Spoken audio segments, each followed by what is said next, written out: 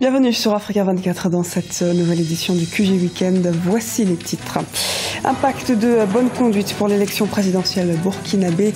Acteurs politiques, médias et organisations de la société civile l'ont signé ce vendredi à Ouagadougou.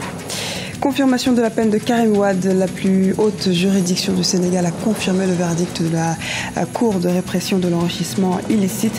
Retour sur les réactions de la population dans ce journal. La compagnie nationale d'Éthiopie a de grandes ambitions. Après avoir doublé de taille en 10 ans, Ethiopian Airlines veut étoffer sa flotte et son réseau en 2015 afin de creuser l'écart avec d'autres transporteurs africains. Mais avant de développer ces titres, élection présidentielle au Burkina Faso, le dépôt des dossiers de candidature à ce scrutin du 11 octobre 2015 est terminé depuis ce vendredi soir à minuit. 22 dossiers ont été déposés au Conseil constitutionnel qui doit publier une liste provisoire des candidats le 29 août prochain. Parmi les 29 dossiers déposés figurent 3 candidatures féminines, des ténors de l'ancienne opposition, mais également des cadres de l'ex-parti au pouvoir. L'élection présidentielle du 11 octobre au Burkina Faso mettra fin à la transition entamée fin octobre 2014. C'est sous un climat apaisé que le pays souhaite aller vers ce scrutin. C'est en ce sens qu'un pacte de bonne conduite a été signé ce vendredi. Le compte-rendu de notre correspondant au Burkina Faso, Wendiam Valentin Compaoré. Un pacte de bonne conduite pour réguler la campagne électorale au Burkina Faso. Les acteurs politiques de la société civile et des organisations des journalistes ont signé ce vendredi 21 août 2015 à Ouagadougou un code de bonne conduite. Un pacte qui a pour objectif de réglementer le discours électoral pour des élections apaisées au pays des hommes intègres. Je voudrais, dans le cadre du pacte de bonne conduite que nous venons de signer, mettre l'ensemble des acteurs politiques devant leurs responsabilités. Les inviter à la retenue dans les propos et les actes, au respect mutuel et à faire confiance au vaillant peuple burkinabé. Ce sont 81 partis et formations politiques qui iront à la conquête de l'électorat. Ce document de 17 articles stipule que les partis signataires devront s'engager à la préservation de la cohésion sociale et à la sauvegarde de la paix. Notre pays a traversé une période assez difficile et il est important que les hommes politiques puissent donner le là et que nous puissions travailler vraiment à faire en sorte que la réconciliation nationale et la concorde soient une réalité. Je souhaite vraiment que la sagesse habite tous les acteurs politiques, de sorte que tout le monde puisse être candidat tel que la charte de la transition le dit. La campagne électorale du 11 octobre s'ouvre le 19 septembre prochain.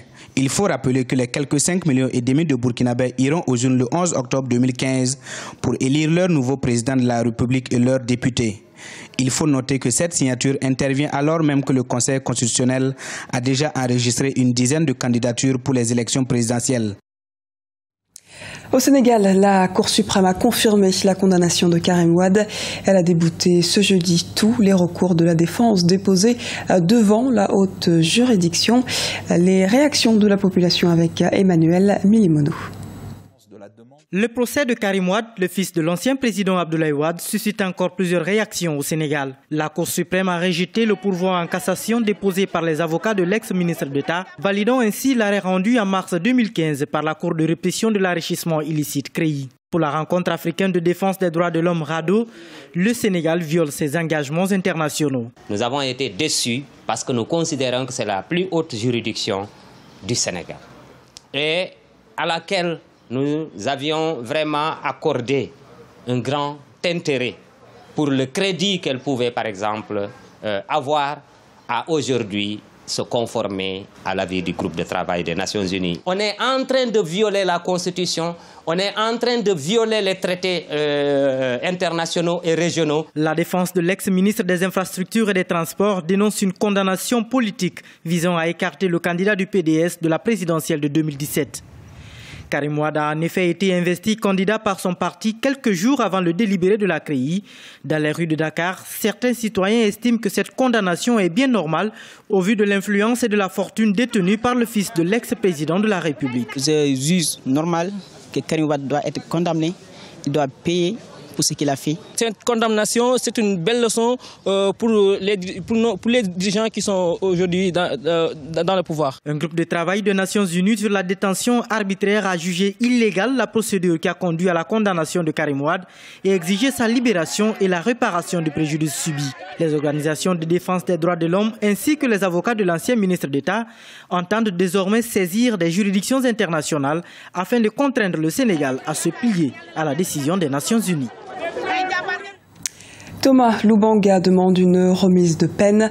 Condamné à 14 ans de prison en juillet 2012, l'ex-président de l'Union des patriotes congolais, UPC, demande au juge de la Cour pénale internationale de lui accorder une remise de peine. Lors d'une audience organisée vendredi, le milicien congolais a exprimé des regrets et s'est excusé. Pour rappel, il a été reconnu coupable d'avoir enrôlé des enfants dans ses troupes et de les avoir envoyés au front. Perspective d'Ethiopian Airlines en 2015.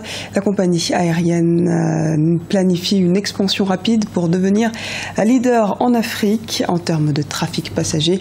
Le titre étant déjà acquis en termes de flotte. Les précisions de Deo Gracias Okpodo.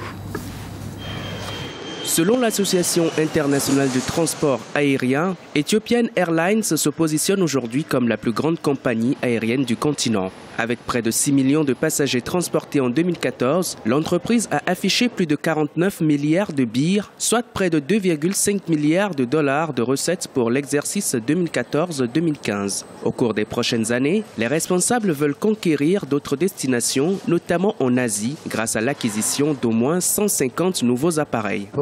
Nous envisageons la possibilité de desservir Jakarta en Indonésie, Ho Chi Minh au Vietnam et d'autres points en Inde et en Chine. Nous avons prévu 43 milliards de birrs éthiopiens en 2015, mais notre chiffre d'affaires est passé bien au-delà. Tout ceci a été possible grâce aussi au concours d'Exim Bank. C'est pour nous un important outil financier et nous travaillons depuis près de 40 ans avec cette banque d'import-export. C'est pour cela que nous sommes affectés par sa fermeture aux États-Unis. Nous en avions d'ailleurs parlé au président Obama il n'y a pas longtemps.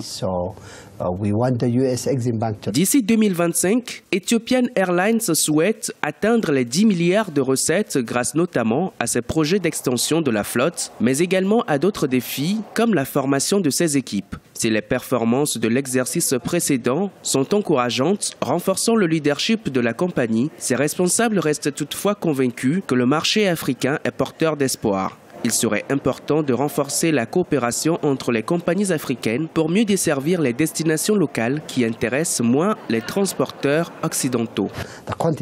L'Afrique est encore mal desservie et la part de marché est biaisée en faveur des transporteurs non africains. Donc nous croyons fermement que l'Afrique devrait renforcer son secteur de l'aviation, investir dans les compagnies aériennes autochtones créées, détenues et gérées par les Africains eux-mêmes.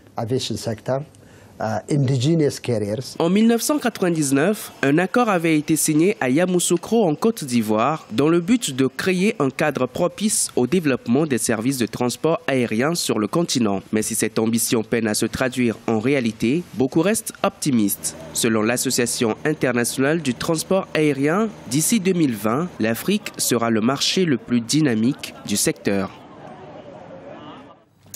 Un mot de sport avant de clore ce journal. L'Érythrée marche sur la plus haute marche du podium grâce à Girmay Gebrselassie. L'athlète a remporté la médaille d'or du marathon des mondiaux d'athlétisme qui se déroule à Pékin en Chine.